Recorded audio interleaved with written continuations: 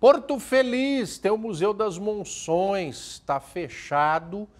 Mas por que está fechado há 9 anos? Não, vai passar por uma reforma. Mas 9 anos. Lá no Japão dá um terremoto, cai tudo, os caras levantam na outra semana. 9 anos nós não estamos dando conta de ajeitar o museu. As obras do prédio parece que começaram mês passado. Agora vai! Janelões imponentes, azulejos que já não existem mais. A pintura original também quase se foi. Não é para menos, o prédio tem mais de 160 anos. Foi construído em taipa de pilão, madeira e barro em pau a pique. Antes de se tornar o Museu das Monções, o espaço já foi escola e até casa real. Época de 1840, 1850, a gente acredita, até pelos nossos historiadores, né, que acompanham todo esse processo, que a mão de obra com certeza foi escrava. Mas hoje tudo está escorado por madeiras. Há 9 anos o museu teve de ser fechado depois que um laudo do Instituto de Pesquisas Tecnológicas apontou risco de desabamento. A manutenção necessária nunca foi feita. E a infiltração começou a sensibilizar as paredes, né? Ou seja, as paredes são de barro, né? Não é concreto, não é tijolo, né? Então, em 2010, os responsáveis na época chegaram a essa conclusão de que teria que ser feita a reforma, né, conter essa infiltração para a reabertura do museu. Foram anos de um diálogo difícil entre município e Estado, até que no início de 2019 a Justiça determinou que o governo começasse a restauração do prédio. A decisão foi reflexo da preocupação do país com museus, depois do incêndio trágico no Museu Nacional do Rio de Janeiro. 20 milhões de peças raras foram consumidas pelas chamas.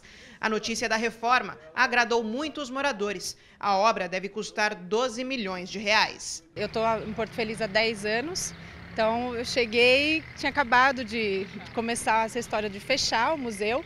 Hoje eu tenho um filho que ainda não conhece, né, aqui Porto Felicense. Então é um sentimento de tristeza mesmo, né?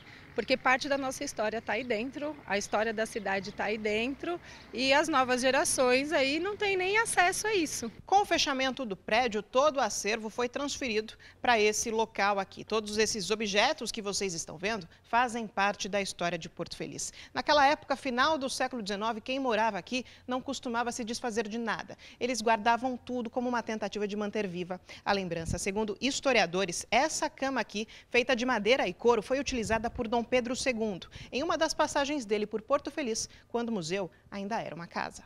E não é só ela que chama a atenção de quem visita o galpão. Esses ferros, por exemplo, são da época da escravidão. Eram usados para a tortura.